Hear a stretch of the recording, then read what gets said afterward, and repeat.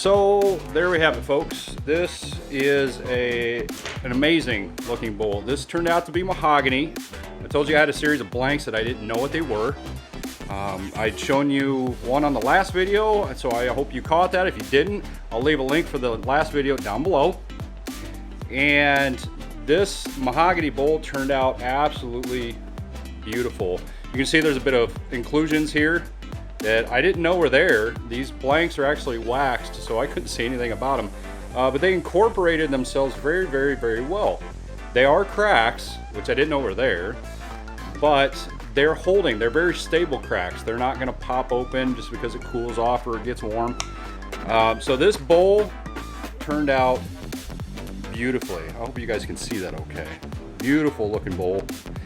So in closing, I wanted to just reach out and say one more time, thank you very much. You guys have been absolutely phenomenal. Your support, amazing. If you haven't already, please give a thought to subscribing. It means a lot to me. Give it a thumbs up as well.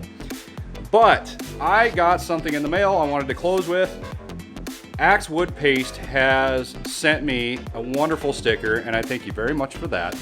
And I'm gonna actually add it to back here on the board. So I will take just a brief second to do that.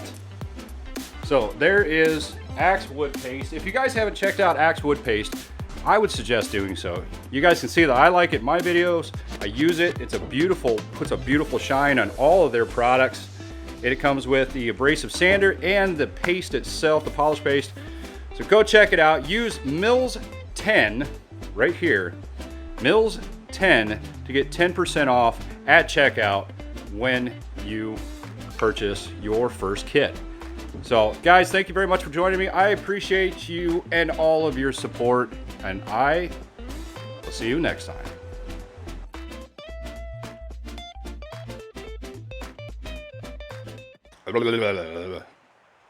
Yeah, let's try that again.